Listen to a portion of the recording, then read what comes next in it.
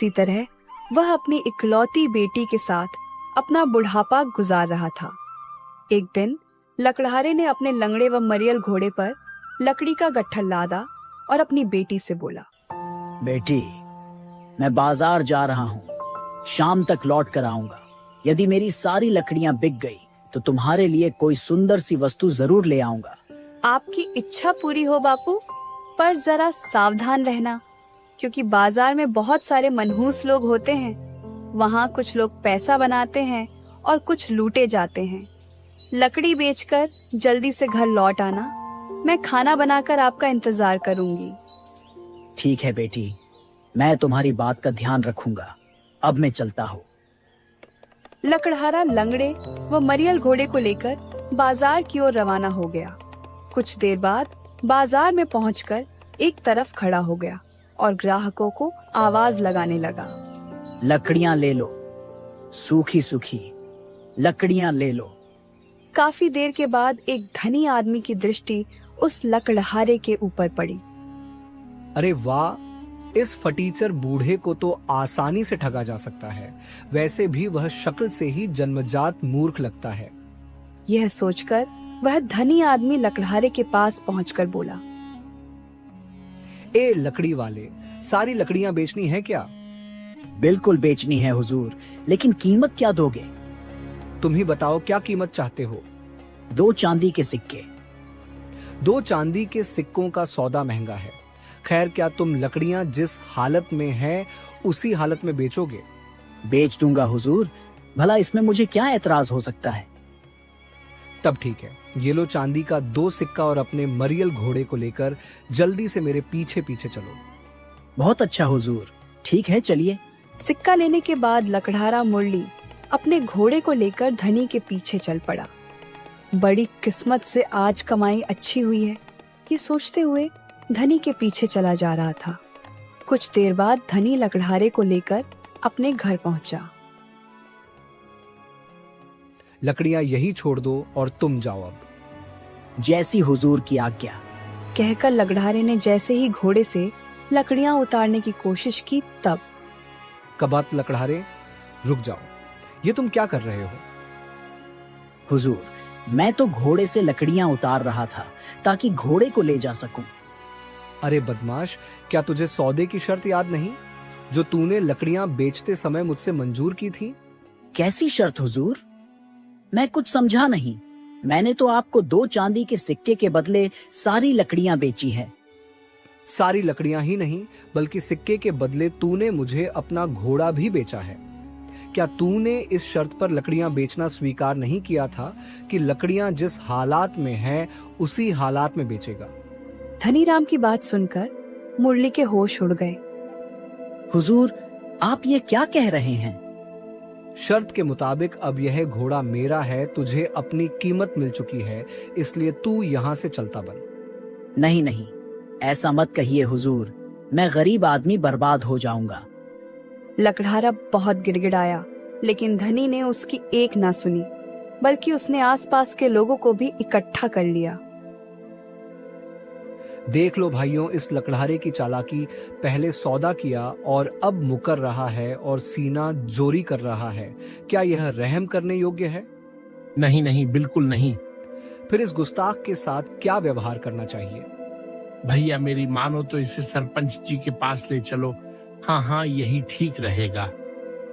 लोगों के कहने पर धनी व्यक्ति ने लकड़हारे को सरपंच जी के पास ले गया, जो कि उस धनी का घनिष्ठ मित्र था, और उसने सरपंच को सारा किस्सा सुनाया। सारी बात सुनकर सरपंच जी ने अपने मित्र के पक्ष में ही फैसला सुनाया। लकड़हारे को अपने सामान की पूरी कीमत मिल चुकी है और उसने ग्राहक की शर्त मानी है, इसलिए दोष इसी का है। अब घोड़े पर उसका कोई अधिकार नहीं है। ओ, यहाँ भी मुझे न्याय नहीं मिला। बेचारा मुरली अपने जले नसीब पर आंसू बहाता हुआ जब अपने घर पहुंचा तो बापू, यह क्या? तुम्हारी आंखों में आंसू कैसे? सब ठीक तो है ना? क्या बताऊं बेटी, हमारे तो भाग्य ही फूटे हैं। वैसे ही मेरे पास धन के रूप में कुछ नहीं था। आज हमारा लंगड़ा घोड़ा भी हाथ से निकल गया। मुरली ने सारी आपबीती मीरा को सुनाई। सारी बातें सुनकर मीरा ने अपने पिता की हिम्मत बढ़ाते हुए कहा, तुम जरा भी चिंतित मत हो बापू, सब ठीक हो जाएगा। भगवान के घर देर है पर अंधेर नहीं। उसके बाद खाना खाकर दोनों बाप बेटी सो गए।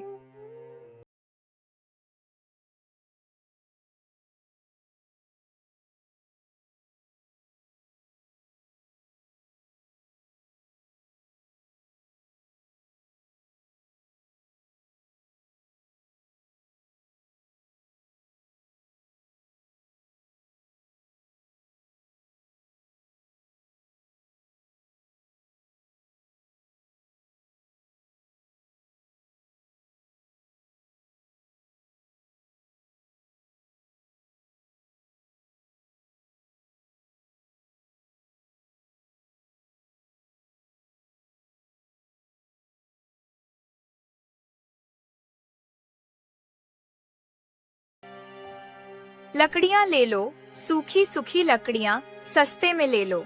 उस रोज भी वह धनी आदमी किसी को ठगने के विचार से बाजार आया हुआ था। उसने लकड़ियां बेच रही मीरा की ओर देखा। वाह भगवान, आज फिर से एक शिकार मेरे लिए भेज दिया। कल लंगड़ा घोड़ा मिला था, आज लकड़ियों के साथ पूरा गधा मिल जाएगा। इतना सोचकर धनी व्यक्ति मीरा के पास पहुंचा। अरे लड़की, क्या अपनी लकड़ियां बेचनी है? क्या कीमत है इनकी? चांदी के 3 सिक्के हुजूर। महंगा सौदा है, क्या दाम कुछ कम नहीं करोगी? सौदा 4 सिक्कों में भी आपको महंगा नहीं पड़ेगा हुजूर। लकड़ियाँ बिल्कुल सूखी हैं, मंजूर हो तो बोलिए। ये लड़की तो बहुत सियानी लग रही है। खैर कोई बात नहीं, जल्दी इसकी सारी अक्लमंदी गायब हो जाएगी। धनीराम सोच ही रहा था कि मीरा बोल पड़ी। क्या सोचने लगे हुजूर? जल्दी बताइए, वरना मैं किसी दूसरे ग्राहक को आवाज दूं। ठीक है, मुझे 3 सिक्कों में सौदा मंजूर है, लेकिन यह लकड़ियां जिस हालत में हैं, उसी हालत में बेचनी होगी। क्या तुम्हें मंजूर है? धनीराम की बात सुनकर चतुर मीरा चौंक उठी। तो यह वही बेईमान धनी आदमी है। आज इसकी खैर नहीं, ऐसा बदला लूंगी कि जीवन भर याद रखेगा। मीरा सोच ही रही थी कि तभी धनी बोल पड़ा। अरे लड़की, जवाब जल्दी दो, मेरे पास फालतू वक्त नहीं है। ठीक है हुजूर, बेच दूंगी, लेकिन मेरी भी एक शर्त है। वो ये कि आप भी मुझे पैसे उसी हालत में देंगे जिसमें वो होंगे। मीरा की बात सुनकर धनी मन ही मन चौंक उठा, लेकिन फिर किसी विचार के आते ही मुस्कुराता हुआ बोला, ठीक है, मुझे तुम्हारी शर्त मंजूर है। देर ना करके अपने गधे को मेरे पीछे पीछे लेके चलो। मीरा भी अपनी गधे को सेठ के पीछे पीछे लेकर चलने लगी। बेईमान कहीं का, अपने आप को बड़ा होशियार समझ रहा है। जब वास्तविकता सामने आएगी तो खून के आंसू रोएगा। मीरा सोचते हुए धनी के घर पहुंच गई। हुजूर, लकड़ियाँ कहाँ रखूं? अरे मूर्ख लड़की, तूने क्या सौदा किया था? शर्त भूल गई क्या? मैं याद दिलाऊं। बिल्कुल ही भूल गई थी, माफी चाहती हूँ। अभी गधा बांधे देती हूँ। और मीरा ने चुपचाप गधे को खंबे से बांध दिया। आपका हुक्म मैंने पूरा कर दिया हुजूर। लाइए, अब मुझे भी मेरी कीमत दे दीजिए। जरूर जरूर, लो संभालो अपने सौदे के 3 सिक्के। ठहरो हुजूर, ये आप क्या कर रहे हैं? सौदे के हिसाब से आपने लकड़ियाँ जिस हालत में थी उसी हालत में खरीदी, और लकड़ियों के साथ साथ मेरा गधा भी आपको मिल गया। लेकिन आपने मुझसे भी तो यह वादा किया था कि आप पैसे उसी हालात में देंगे जिस हालात में वे होंगे। इसलिए इस समय वे आपके एक हाथ के साथ हैं। अतः आप सिक्कों के साथ साथ अपना एक हाथ भी मुझे दीजिए, और शर्त और सौदे के मुताबिक आपको ऐसा करना ही होगा। लाइए, सिक्कों के साथ अपना एक हाथ भी दीजिए। मीरा की बात सुनकर धनी के होश उड़ गए। क्या बक रही है लड़की? तुम्हारी यह मजाल। मैं कहता हूँ निकल जाओ मेरे घर से। बक नहीं रही सेठ जी, बल्कि न्याय की बात कर रही हूँ। आपको सिक्कों के साथ अपना एक हाथ भी देना होगा। तुम्हारी यह मजाल। मैं कहता हूँ निकल जाओ मेरे घर से। ऐसे नहीं सेठ जी, अब तो मैं यहाँ से अपना हक लेकर ही जाऊंगी। और मीरा जोर जोर से चिल्लाने लगी। अरे सुनो भाइयों बहनों, मेरी बात सुनो, मुझे इस बेईमान सेठ से न्याय दिलवाओ। हे भगवान, यहाँ तो लेने के देने पड़ गए। अरे बेटी सुनो तो, मेरी बात तो सुनो। अब तो मैं सिर्फ एक ही शर्त पर आपकी बात सुन सकती हूँ सेठ जी, कि आप पहले अपना एक हाथ काट कर दीजिए। अरे बेटी, हाथ के बदले मैं तुम्हें एक घोड़ा, तुम्हारा गधा, सारी लकड़ियां और इन सबके साथ 4-4 चांदी के सिक्के भी देने को तैयार हूँ। भगवान के लिए लोगों को इकट्ठा मत करो। मीरा भी अपनी जिद पर अड़ी थी। नहीं सेठ जी, मुझे यह सब चीजें नहीं, बल्कि तुम्हारा एक हाथ ही चाहिए सेठ जी। लगता है आज यह 2 टके की छोकरी मेरा सत्यानाश करके ही छोड़ेगी। मीरा और धनी का शोर सुनकर देखते ही देखते आस पड़ोस के बहुत सारे व्यक्ति वहां जमा हो गए और मीरा ने उन्हें सारी बात सुनाकर अंत में बोला, अब आप सभी फैसला करें कि शर्त के मुताबिक मुझे सिक्कों के साथ साथ इसका एक हाथ भी मिलना चाहिए या नहीं। हाँ हाँ, मिलना चाहिए सेठ। कल इसी शर्त के मुताबिक तुमने एक गरीब लकड़हारे से उसका घोड़ा प्राप्त किया था। आज तुम्हें भी अपने हाथ को इस लड़की को देना होगा। बिल्कुल देना होगा, वरना हम तुम्हें जबरदस्ती सरपंच जी के पास ले चलेंगे। क्यों भाइयों? हाँ हाँ, हम भी साथ चलेंगे। सरपंच जी का नाम सुनते ही धनीराम का चेहरा प्रसन्नता से खिल उठा। ठीक है, मैं अपनी इच्छा से सरपंच जी के पास चलने को तैयार हूँ। मुझे पूरा विश्वास है कि वह दूध का दूध, पानी का पानी कर देंगे।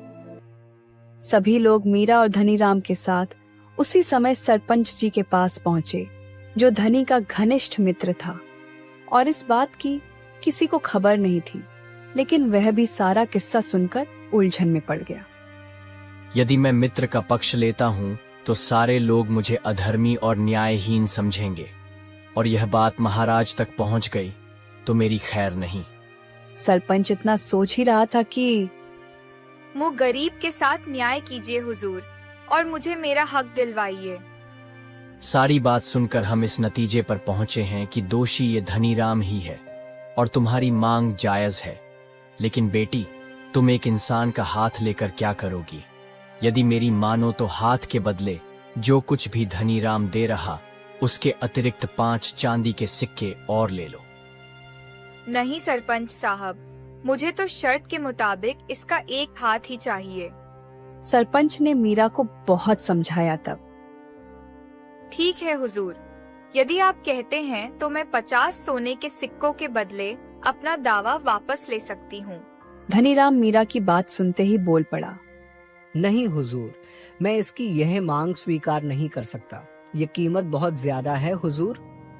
यदि यह कीमत इसके एक हाथ से ज्यादा है तो मुझे एक हाथ ही स्वीकार है। कृपया आप देर ना करके इसका एक हाथ काटकर मुझे दिलवाइन। घर में मेरे बापू मेरा इंतजार कर रहे होंगे। बेचारा सरपंच जी अपने मित्र के बचाव के लिए कुछ नहीं कर पाया। वह मौका ही ऐसा था कि उसे मजबूरन धनीराम से कहना पड़ा। सेठ, कसूर तुम्हारा है। शर्त के मुताबिक अपना हाथ काट कर दो या फिर 50 सोने के सिक्के, यही हमारा फैसला है। सरपंच का फैसला सुनकर धनीराम के पैरों तले धरती खिसक गई, लेकिन मरता क्या ना करता, उसे मीरा द्वारा मांगा गया धन देना ही पड़ा। ले चतुर लड़की, ये 50 सोने के सिक्के, लेकिन यह मत समझना कि तू मुझसे ज्यादा चतुर है। सेठ जी, सच्चाई तो यह है कि मैं आपसे ज्यादा चतुर हूँ। विश्वास ना हो तो आजमा कर देख लो। मीरा की बात सुनकर धनीराम के दिमाग में एक विचार आया। चिड़िया स्वयं ही जाल में फंसने को तैयार है, क्यों ना दूसरी चाल चलकर अपनी 50 स्वर्ण मुद्राएं वापस ले ली जाए। कुछ पल सोचकर धनीराम बोल पड़ा। अरे बेवकूफ लड़की, यदि तुझे अपनी चतुराई पर इतना भरोसा है तो लगा ले एक शर्त। हम दोनों सबके सामने एक एक अविश्वसनीय किस्सा सुनाते हैं। जिसका किस्सा झूठा और बेहतर माना जाएगा वही जीतेगा। मैं 500 सोने के सिक्के दांव पर लगाता हूँ, बदले में तुझे 50 सोने के सिक्के ही लगाने होंगे। मीरा भी सेठ की बात सुनकर तुरंत बोल पड़ी। ठीक है सेठ जी, मुझे मंजूर है। लेकिन 2 शर्त तुम्हें और भी याद रखनी है। एक तो यह कि हम दोनों में से कोई भी एक दूसरे को झूठा नहीं कहेगा। दूसरी है कि यहाँ मौजूद किसी भी व्यक्ति ने यह कह दिया कि यह किस्सा सच है तो फौरन वे हारा हुआ माना जाएगा। अब बोल, तू तैयार है? मैं इन दोनों शर्तों पर भी आपसे चतुराई का मुकाबला करने के लिए तैयार हूँ सेठ जी। उनके इस मुकाबले के बारे में सुनकर सरपंच जी भी अपने मन की प्रसन्नता को छुपाता हुआ तुरंत बोल उठा। मैं और गांव वाले तुम दोनों के बीच फैसला करने को तैयार हैं। अपना किस्सा सुनाओ। सरपंच का इशारा समझ धनीराम मन ही मन प्रसन्न हो उठा और अपनी कहानी सुनाना शुरू कर देता है। एक बार मुझे अपने घर में मक्के के 2 दाने पड़े मिले। मैंने उन्हें खिड़की से बाहर फेंक दिया, लेकिन कुछ ही दिनों में उन दोनों से अंकुर फूट पड़ा। 1 हफ्ते में ही मेरी खिड़की के सामने मक्के के पौधे इतने घने और ऊंचे पेड़ों के रूप में उग गए कि उसका एक जंगल सा बन गया। उस मक्के की जंगल में ऊंट सवार और घुड़सवार कोई भी जाता तो कई कई दिनों तक भटकते रहते। हे भगवान, यह कैसा घना मक्के का जंगल है, निकलने का रास्ता ही नहीं दिखाई देता। धनीराम का किस्सा जारी था। एक बार ऐसा हुआ कि मेरी 10 बकरी मक्के के जंगल में घुस गई और सारी बकरियां गायब हो गई। मैंने जंगल में घुसकर उन्हें कितना ढूंढा, पर बकरियों का नामो निशान तक न मिला। जब फसल का काटने का समय आया तो मेरे नौकरों ने फसल काट ली, लेकिन फिर भी मेरी खोई हुई बकरियां मुझे नहीं मिली। उसके बाद मैंने अपनी बकरियों का ख्याल ही छोड़ दिया। अपने लिए मन भर मक्के का आटा पिसवा कर मैंने बाकी मक्के अच्छे दाम पर बाजार में बेच दिया। जितने की बकरियां थी, मक्के की फसल को बेचकर उससे 2 गुना मुनाफा हो गया। एक दिन मैंने अपनी पत्नी से कहा, अरे भाग्यवान, इतने दिन हो गए मक्के का आटा पिसाए हुए, लेकिन तुमने आज तक मुझे उसकी रोटियां नहीं खिलाई। अजी अभी बना कर लाती हूँ। लीजिए, पेट भरकर मक्के की रोटी और सरसों का साग खाइए। वाह, मजा ही आ गया। परंतु अभी मैंने 2 कोरे खाए होंगे कि अचानक मेरे मुंह से बकरी की आवाज आने लगी और मैं पूरी तरह से घबरा उठा। हे भगवान, इससे पहले कि मैं या मेरी पत्नी कुछ समझ पाते, एक बकरी मेरे मुंह से निकलकर कूदी। पलक झपकते ही दूसरी, तीसरी और एक एक करके पूरे 10 बकरियां मेरे मुंह से निकलकर सामने चलने लगी। हाय रे दैया, यह क्या हो रहा है? अरे यह तो हमारे मक्के के जंगल में खोई हुई 10 बकरियां हैं। बस यही मेरा किस्सा खत्म हुआ। अब आप सब बताएं मेरा किस्सा कैसा रहा। सरपंच जी तुरंत बोल उठा। मुझे तुम्हारे किस्से पर जरा भी विश्वास नहीं हो रहा है। धनीराम, तुम्हारी कहानी बिल्कुल झूठी है। वहाँ मौजूद सभी लोग भी बोल उठे। हाँ, धनीराम की कहानी बिल्कुल झूठी है। ऐसा ना कभी हमने देखा ना सुना, ऐसा कभी नहीं हो सकता सेठ जी। वाह, बन गया काम। लड़की को तो मेरी कहानी को सच बतानी पड़ेगी, वरना उसे हारना ही होगा। धनीराम इतना सोच ही रहा था कि मीरा बोल पड़ी। वाह वाह सेठ जी, वास्तव में आपका किस्सा मुझे 16 आने सच लगता है। आप जैसे चतुर धनी लोगों के साथ तो इससे भी कई ज्यादा मजेदार घटनाएं घटती रहती होंगी। अच्छा, तो फिर मैं जीता। लाओ, मेरे 50 सोने के सिक्के मुझे दो और यहाँ से अपना मुंह काला करो। ऐसे नहीं सेठ जी, पहले आप सब मेरा किस्सा भी तो सुन ले, फिर फैसला होगा कि कौन जीता और कौन हारा। ठीक है, तो सुनाओ अपना किस्सा। मीरा ने अपना किस्सा सुनाना आरंभ किया। एक बार मैंने अपने गांव के बीचों बीच कपास का बीज बोया। अगले दिन उस स्थान पर बादलों तक ऊंचा कपास का पौधा निकल आया और उसकी छाया पहाड़ों पर पड़ने लगी। वाह, इस कपास की पेड़ ने तो इतनी गर्मी में भी पूरे गांव को अपनी छांव के ठंड में रखा हुआ है। सच भाई, उस लड़की ने तो कमाल का पेड़ लगाया है। भगवान उसे खुश रखे। जब कपास पक गई तो मैंने उसे साफ किया और बोरी में भरकर 50 घोड़ों पर लाद दिया। भैया, अब तुम इन कपास को ले जाओ और शहर जाकर सारा कपास बेच आओ। मेरा बड़ा भाई अपने घोड़ों का कारवा लेकर शहर की ओर रवाना हो गया। मेरा भाई चला तो गया, लेकिन 5 साल तक मुझे उसकी कोई खबर नहीं मिल पाई। पता नहीं मेरे भैया के साथ क्या बीती होगी। अब किसको राखी बांधा करूंगी। लेकिन हुजूर, अभी कुछ ही दिन हुए मुझे उड़ती हुई खबर मिली कि रास्ते में किसी धनी आदमी ने उसे लूटकर मार डाला। मीरा की कहानी सुन सरपंच समेत वहाँ के सारे आदमी चौंक पड़े। हाँ हुजूर, बड़ी बदकिस्मत हूँ मैं। मैंने तो हत्यारे को ढूंढ पाने की आशा ही छोड़ दी थी, परंतु भाग्य ने मेरा साथ दिया और मुझे उस हत्यारे के बारे में मालूम चल ही गया। क्या? कौन है वो खूनी दरिंदा व बेईमान? और कोई नहीं हुजूर, यही धनी व्यक्ति है जो सबके सामने खड़ा है। इसने अपने मक्के के जंगल में ही मेरे भाई की हत्या की थी। तभी सरपंच जी और अन्य लोग चिल्ला उठे। नहीं नहीं, हम तुम्हारी बात को किसी तरह सच नहीं मान सकते लड़की। हाँ हाँ हुजूर, इस लड़की की कहानी बिल्कुल झूठी मालूम पड़ती है। ऐसा कभी सच नहीं हो सकता हुजूर। यदि मेरी बात झूठ है तो सेठ जी से ही पूछ लीजिए। मीरा की बात सुनकर बेचारे सेठ की आंखों के सामने अंधेरा छा गया। उफ, बुरा फंसा अपनी ही जाल में। यदि मैं इसकी बात को झूठ कहता हूँ तो मुझे इस चतुर लड़की को 500 सोने के सिक्के देने होंगे, और यदि सच कहता हूँ तो उससे भी बुरा होगा। यह लड़की अपने मरे भाई का हर जाना मांगेगी। साथ ही रुई से लदे 50 घोड़े भी मुझे ही देने पड़ेंगे, और हो सकता है इनकार करने की दशा में मुझे फांसी पर भी लटका दिया जाए। सेठ अपने आप को कोसते हुए सोच ही रहा था कि मीरा बोल पड़ी। क्या सोच रहे हैं सेठ जी? जल्दी कहिए, मैं झूठ बोल रही हूँ या फिर सच? मीरा की कहानी जल्द ही सरपंच जी की समझ में आ गई। इस लड़की ने तो बड़ी चतुराई से फांसा है मेरे मित्र को।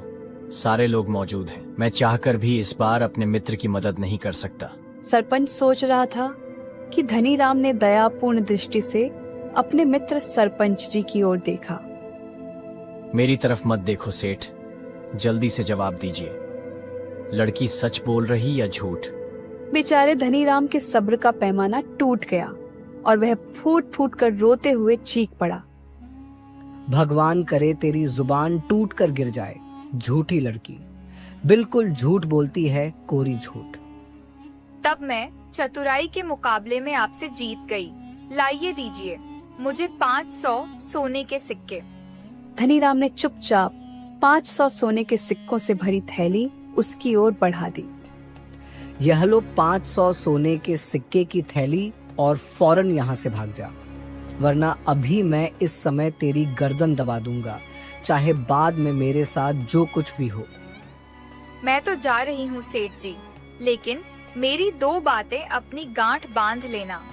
पहली यह कि किसी भी कमजोर और गरीब को दोबारा ठगने की कोशिश मत करना, और दूसरी यह कि किसी को भी बच्चा समझकर उसे अकल के मामले में शर्त मत लगाना, वरना शायद वो दिन तुम्हारी जिंदगी का आखिरी दिन होगा। बेचारा सेठ अपने की पर पछताने के अलावा उसके पास दूसरा कोई रास्ता नहीं बचा, और मीरा भरी सभा से अपनी जीती हुई सोने के सिक्के लेकर अपने घर आ जाती है, अपनी बेटी को बिना गधे के वापस लौटते देखकर। अरे उसके साथ तो गधा है ही नहीं, कहीं मेरे जैसे उसके साथ भी नहीं हुआ। सोचकर बेचारे लकड़हारे का हृदय किसी अज्ञात आशंका से कांप उठा। लेकिन जब मीरा ने उसके पास पहुंचकर सारी घटनाएं सुनाई और 550 सोने के सिक्के दिखाए, तो लकड़हारे की खुशी का ठिकाना न था। लकड़हारा खुशी से बोल पड़ा, मेरी प्यारी बच्ची, मैं आज तक नहीं जान पाया था मेरी बेटी इतनी समझदार और बड़ी हो गई है।